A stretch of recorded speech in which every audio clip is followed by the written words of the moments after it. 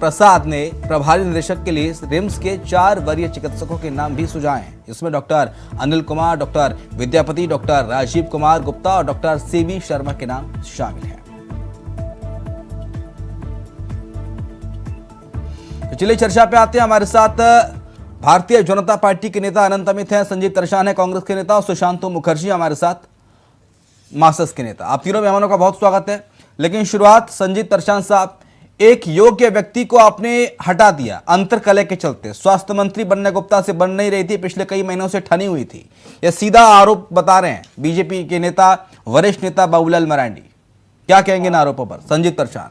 देखिए, बीजेपी ने जो भी आरोप लगाए हैं वो पूरे तरीके से गलत है। हाँ, 30 नवंबर 2022 को झारखंड हाई कोर्ट ने रिम्स के जो डायरेक्टर है उनको शो कॉज नोटिस इशू किया था और रिम्स के कार्य, जिस तरीके से रिम्स के डायरेक्टर कार्य कर रहे थे और जिस तरीके से रिम्स के अंदर खामियां पाई गई थी, उसके लेकर के हाई कोर्ट ने कड़ी फटकार लगाई थी। और उसके बाद शो कॉज नोटिस इशू किया और उनसे जवाब तलब किया गया कि इस तरह की खामियां क्यों सामने आ रही हैं। हाँ। उसके बाद अगर आप देखें तो उनका जो रवैया था कि 1 साल में 5-5 महीने वो बिना बताए छुट्टी पर आ करते थे।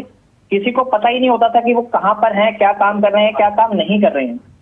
और उसके बाद जिस तरीके से उन्होंने अपनी फैकल्टी मेंबर्स के ऊपर चार्जेस लगाना शुरू करे कि फैकल्टी मेंबर्स मेरे को रूल्स इंप्लीमेंट नहीं करने दे रहे हैं, मुझे काम नहीं करने दे रहे हैं, ये सारी बातें हैं, तो उसको लेकर के उन्होंने इस्तीफा दिया। और इस्तीफे में उन्होंने ये कहा कि मेरे अपने पर्सनल कारण है जिनकी वजह से मैं इस्तीफा दे रहा हूं, तो इसको राजनीति से जोड़ करके बिल्कुल भी नहीं देखना चाहिए। तो ये राजनीति का मेरे हिसाब से कोई विषय नहीं है।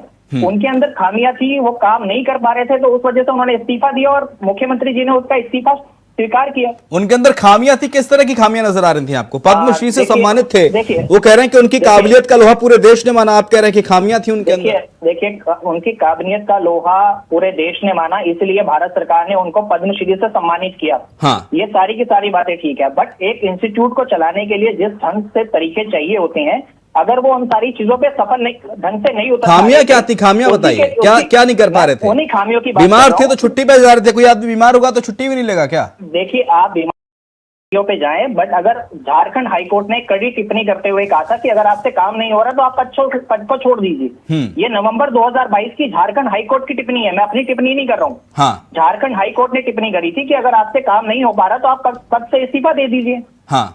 और अगर पढ़ी की थी, आदेश नहीं दिया था ना। अगर आज उन्होंने इस्तीफा दे दिया तो मेरे काम नहीं हो पा रहा और बीमार होने में अंतर है सर। काम नहीं कर पाने में और बीमार